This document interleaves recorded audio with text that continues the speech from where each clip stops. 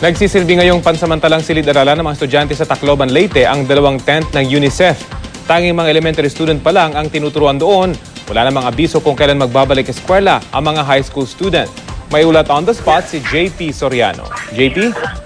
Rafi, formal nang inumpisahan ngayong umaga ang pagbaback to school ng mga estudyanteng evacuated sa Tacloban City. Sa labas ng Leyte Astrodome na nagsisilbing evacuation center, nakatayo na ang dalawang tent ng UNICEF na magsisilbing temporary learning space o classroom para sa elementary students na ilang linggong natigil sa pag-aaral dahil sa Bagyong Yolanda.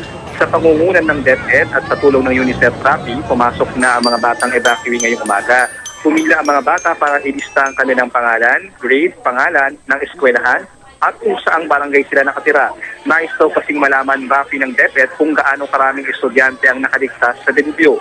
Sa evacuation center na ito, humigit kumulang 700 elementary students ang nanunuluyan.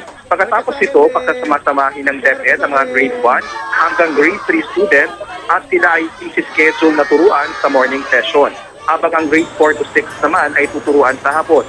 Ayon sa mga taga-DepEd, Rafi, dahil sa sitwasyon ng mga bata, informal setting muna ang pagtuturo ang gagawin. Magkakaroon ng kwentuhan at sharing sa kanilang naranasan. Gagamitin din ang mga laruan at learning materials na galing sa UNICEF.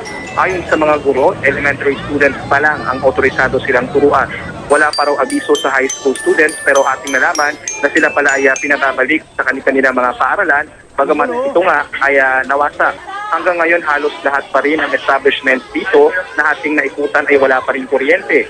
Marami pa rin ang sarado pero may ilang nagtutukas at umaasad na sa generator. Pero sa ating huling pakikipag-usap sa Tacloban City Administrator, sinabi niya nga na ibalik na ang linya ng kuryente sa downtown at sa City Hall pero bago daw maka-access dito yung mga establishments ay kailangan pang dumaan sa proseso at kailangan matiyak na ligtas na i-install muli ang kuryente sa kanila. Inaasahan kasi magbubukas ang mga negosyo at establishments kapag naibalik na ang supply nito. Nauna nang sinabi ng DOE na may ibabalik ang supply ng kuryente sa buong Leyte at Samar bago magpasko. At yan muna ang latest. Balik sa iyo, Rafi. Maraming salamat, JP Soriano.